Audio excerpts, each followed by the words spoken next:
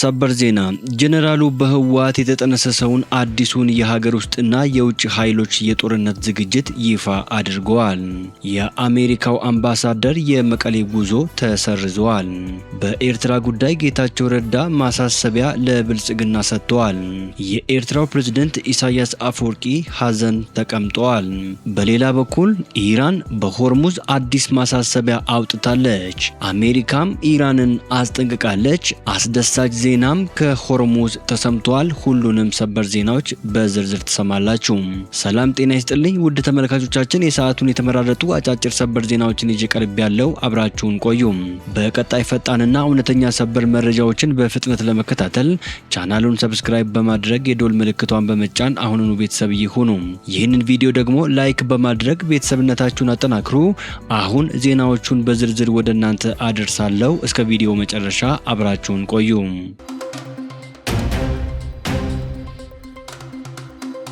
በቅድሚያ ጀነራሉ ስለ አዲሱ የጦርነት ዝግጅት።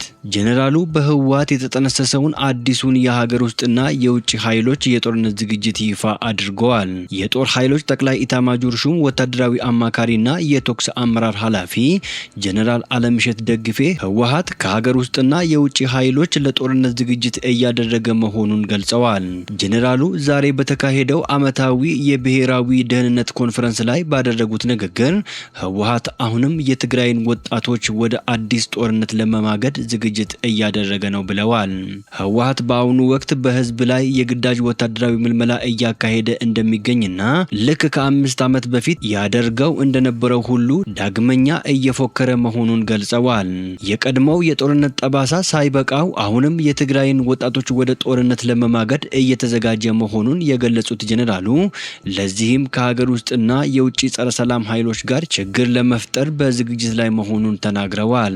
በሌላ በኩል የአሜሪካው አምባሳደር የመቀሌ ጉዞ ተሰርዘዋል። በኢትዮጵያ የአሜሪካ አምባሳደር አርቪን ማሲንጋ በዛሬው ዕለት ወደ መቀሌ ሊያደርጉት የነበረው ጉዞ መሰረዙ ተሰማ።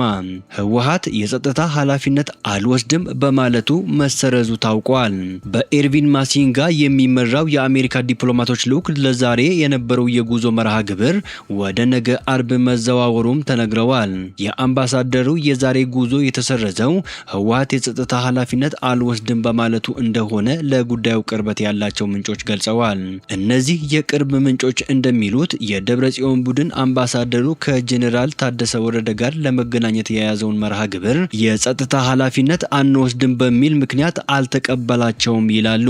ይህ የተደረገበት ዋናው ምክንያት ደግሞ አምባሳደሩ ፕሬዝዳንት ተብሎ ከሚጠራው ከጄኔራል ታደሰ ጋር ከተገናኘ የቅቡልነት ጥያቄ እንዳይነሳ ለማድረግ ያለመ ነው ተብለዋል።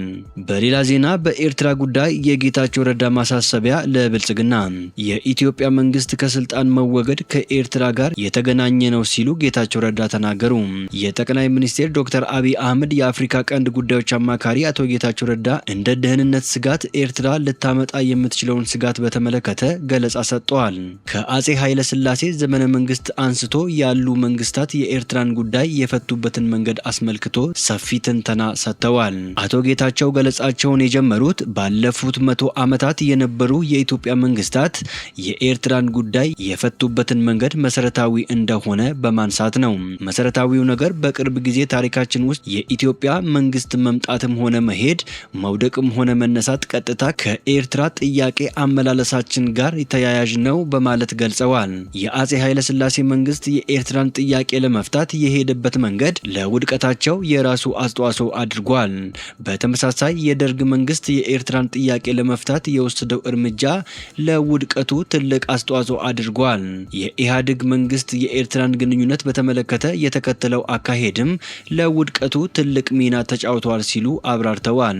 በእንዲህ መልኩ ከኃይለ ሥላሴ እስከ ኢህአዴግ መንግስት በኤርትራ ጉዳይ የያዙት አቋም በስፋት ያብራሩት አቶ ጌታቸው ረዳ አሁንም የኤርትራ ጉዳይ የሚያዝበት መንገድ እጅግ ወሳኝ እንደሆነ አሳስበዋል። በአሁኑ ሰዓት ከኤርትራ ጋር ያለን ግንኙነት ቀጥታ የብሔራዊ ብሔራዊ ደህንነት ጉዳያችን ብቻ ሳይሆን ስለ ወደብ ስናነሳ፣ ስለ ግንኙነት ስናነሳ፣ ስለ ኤርትራ መንግስት ባህሪ ስናነሳ ከታሪክ አንጻር የምንመልስበት ሂደት ከአጠቃላይ ህልውናችን ጋር ተያያዥነት አለው ብለዋል።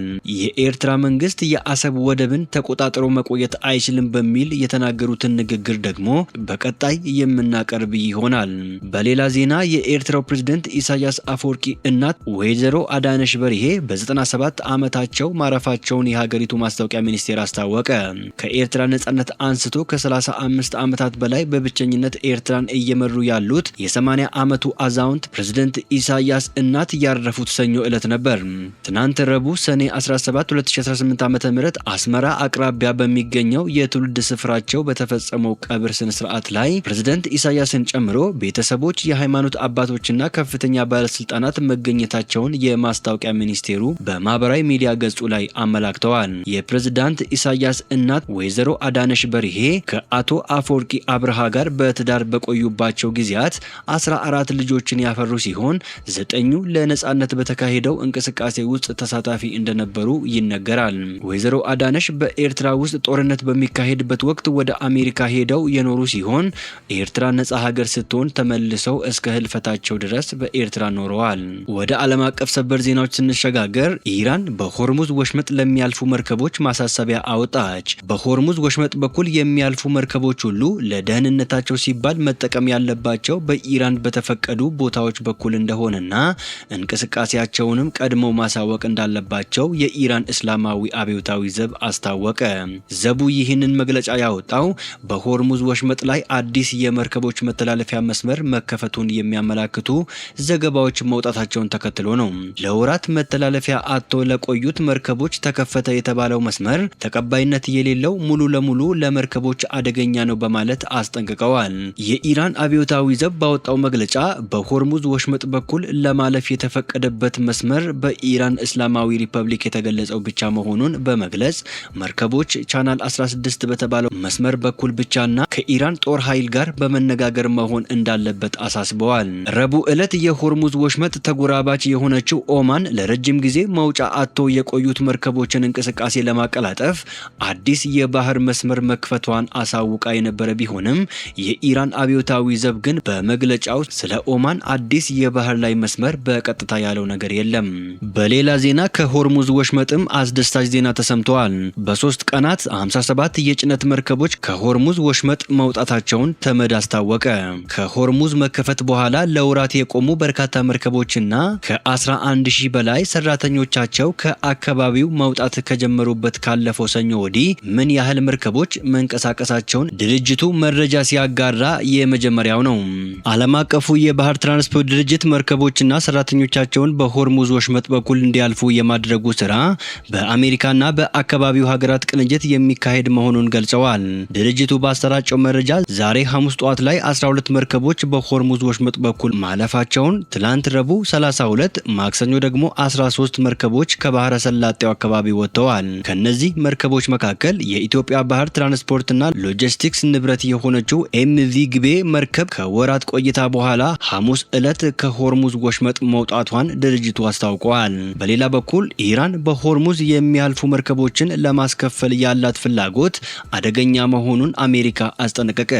የአሜሪካው የውጭ ጉዳይ ሚኒስቴር ማርኮ ሩቢዮ ኢራን በሆርሙዝ ወሽመጥ በኩል የሚያልፉ መርከቦችን ለማስከፈል ያላት ፍላጎት ወደ ሌሎች የባህር ላይ መተላለፊያዎች በማስፋፋት ከባድ ቀውስ ይፈጥራል ሲሉ አስጠነቀቁ።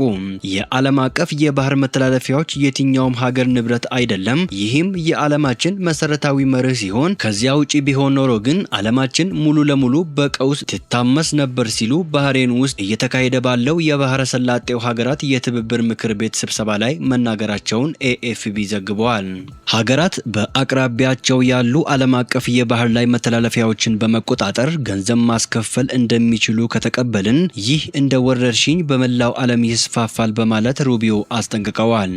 አሜሪካና እስራኤል በኢራን ላይ ጦርነት መክፈታቸውን ተከትሎ ኢራን የሆርሙዝ ወሽመጥን ከመዝጋቷ ባሻገር መተላለፊያውን በመቆጣጠር መርከቦች ክፍያ እንዲፈጽሙ የሚያስገድድ ሕግ አዘጋጅታለች። ነገር ግን ጦርነቱን ባስቆመው ከአሜሪካ ጋር በተደረሰው የመግባቢያ ሰነድ ላይ ሆርሙዝ ያለ ክፍያ ለሁሉም መርከቦች ክፍት እንደሚሆን ከስምምነት ቢደረስም ኢራን ግን ወሽመጡ መቀመጡን ለመቆጣጠር የሚያስችላትን እርምጃ እየወሰደች ነው። ውድ ተመልካቾቻችን የሰዓቱን የተመራረጡ አጫጭር ሰበር ዜናዎች ወደ እናንተ ያደረስኳቸው ናቸው። ከሰዓታት በኋላ በሌላ ሰበር ዜናዎች እስከምንገናኝ በያላችሁበት የዓለም ዳርቻ ቸር ቆዩልን። ሰላም ለዓለማችን ይሁን።